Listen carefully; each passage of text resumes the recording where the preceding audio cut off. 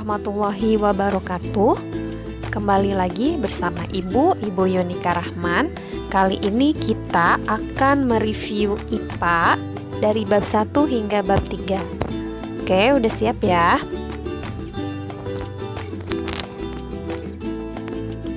Nah, bab 1 itu kita mengenai gerak benda dan makhluk hidup di lingkungan sekitar.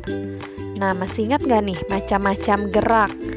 Nah, gerak itu ada 4 ya. Ada gerak pada benda, gerak pada manusia, gerak pada tumbuhan, dan gerak pada hewan. Nah, sekarang kita akan bahas mengenai gerak pada benda. Unsur-unsur gerak pada benda itu ada 3, ada jarak, waktu, dan arah bergerak.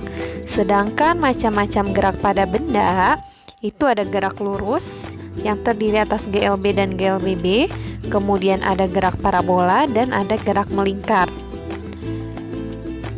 Nah, ini dia rumus GLB. Sedangkan rumus GLBB ini ya. Nah, kemudian lanjut ke gaya. Jadi untuk mencari gaya yaitu F1 ditambah F2 ditambah F3 dan seterusnya. Nah, jenis-jenis gaya dibedakan menjadi 2. Ada gaya sentuh dan ada gaya tak sentuh. Nah, ini contoh yang termasuk gaya sentuh dan gaya tak sentuh. Nah, kemudian hukum Newton. Hukum Newton itu ada 3. Hukum 1 Newton di mana sigma F sama dengan 0. Kemudian hukum 2 Newton di mana jumlah gaya sama dengan massa dikali percepatan. Kemudian ada hukum 3 Newton di mana jumlah gaya aksi sama dengan jumlah gaya reaksi. Nah, sekarang gerak pada manusia yang terdiri atas rangka. Nah, ini dia rangka tubuh kita ya, tubuh manusia. Nah, fungsinya untuk apa sih? Untuk tempat menempelnya otot, melindungi organ dalam, untuk menopang tubuh, dan lain-lain. Nah, bentuk tulang pada manusia itu ada tulang pendek, ada tulang pipa, ada tulang pipih, dan tulang tidak beraturan. Kemudian klasifikasi tulang dibedakan menjadi 2, ada tulang rawan dan tulang keras. Nah, sedangkan kerangka tubuh pada manusia dibedakan menjadi 2, ada rangka aksial dan apendikular. Kemudian hubungan antara tulang itu disebut dengan sendi. Nah, sendi dibedakan menjadi 3, ada synarthrosis, ada sendi amfiarthrosis, dan ada diarthrosis. Diarthrosis itu adalah sendi gerak. Yang termasuk sendi gerak yaitu sendi engsel, pelana, sendi peluru, sendi putar, dan sendi geser. Paham ya? Kemudian yang ketiga adalah otot. Otot itu adalah alat gerak aktif ya. Nah, otot, jenis-jenis otot dibedakan menjadi 3, ada otot lurik, ada otot jantung, dan ada otot polos. Kemudian sifat kerja otot apa aja sih? Nah, sifat kerjanya ada yang antagonis dan ada yang sinergis. Nah, kelainan sistem gerak pada manusia. Salah satunya ada osteoporosis, banyak ya. Nah, sekarang upaya kita apa sih untuk menjaga kesehatan sistem gerak manusia? Yang pertama tentu kita harus memperhatikan aktivitas kita nih. Kemudian tentu meningkatkan kandungan kalsium, meningkatkan kandungan vitamin atau berjemur pada sinar matahari pagi dan lain-lain ya.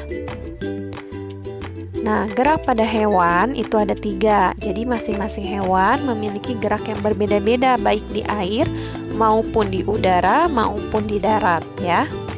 Ingat-ingat ya. Kemudian gerak pada tumbuhan.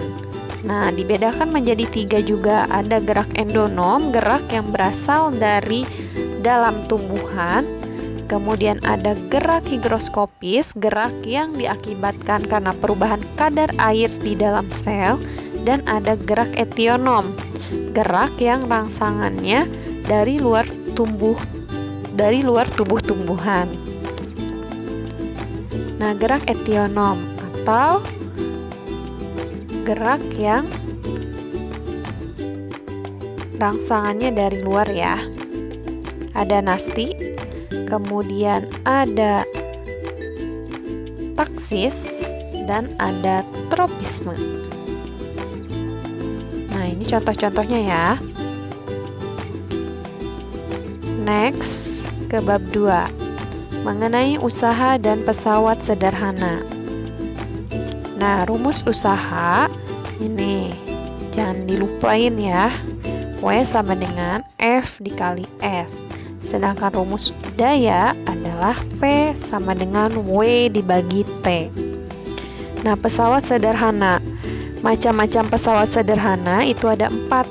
Ada tuas, ada katrol, ada bidang miring, dan ada roda berporos. Diingat-ingat.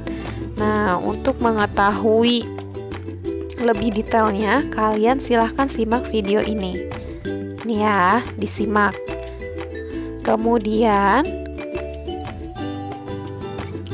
yang bab 3, struktur dan fungsi tumbuhan. Nah, jaringan pada tumbuhan dibedakan menjadi 2. Ada jaringan meristem dan ada jaringan dewasa. Di mana jaringan meristem itu jaringan yang sel-selnya masih aktif membelah. Kalau jaringan dewasa, jaringan yang sel-selnya sudah tidak aktif membelah, artinya sel-selnya itu sudah mengalami diferensiasi. Nah, jaringan dewasa dibedakan menjadi 4. Ada jaringan epidermis, ada jaringan pengangkut, ada jaringan penyokong, dan ada jaringan parenkim. Nah, kemudian susunan jaringan pada daun. Apa aja sih yang menyusun jaringan pada daun? Nah, ini dia. Susunan jaringan pada daun itu terdiri dari jaringan epidermis, parenkim, dan pengangkut. Sedangkan susunan jaringan pada batang itu jaringan epidermis, korteks, endodermis, dan stele atau silinder pusat. Kalau jaringan pada akar sama dengan jaringan pada batang ya. Nah, organ pada tumbuhan. Nah, perhatikan gambar berikut ya. Nah, ini adalah organ-organ pada tumbuhan. Ada akar, ada daun, ada batang, kemudian ada bunga, ada buah, ada biji. Ya, itu adalah organ-organ pada tumbuhan. Oke, sekian dari Ibu, mudah-mudahan bermanfaat untuk kita semua ya. Semangat ujiannya, mudah-mudahan lancar dan menghasilkan nilai yang maksimal ya. Terima kasih. Wassalamualaikum warahmatullahi wabarakatuh.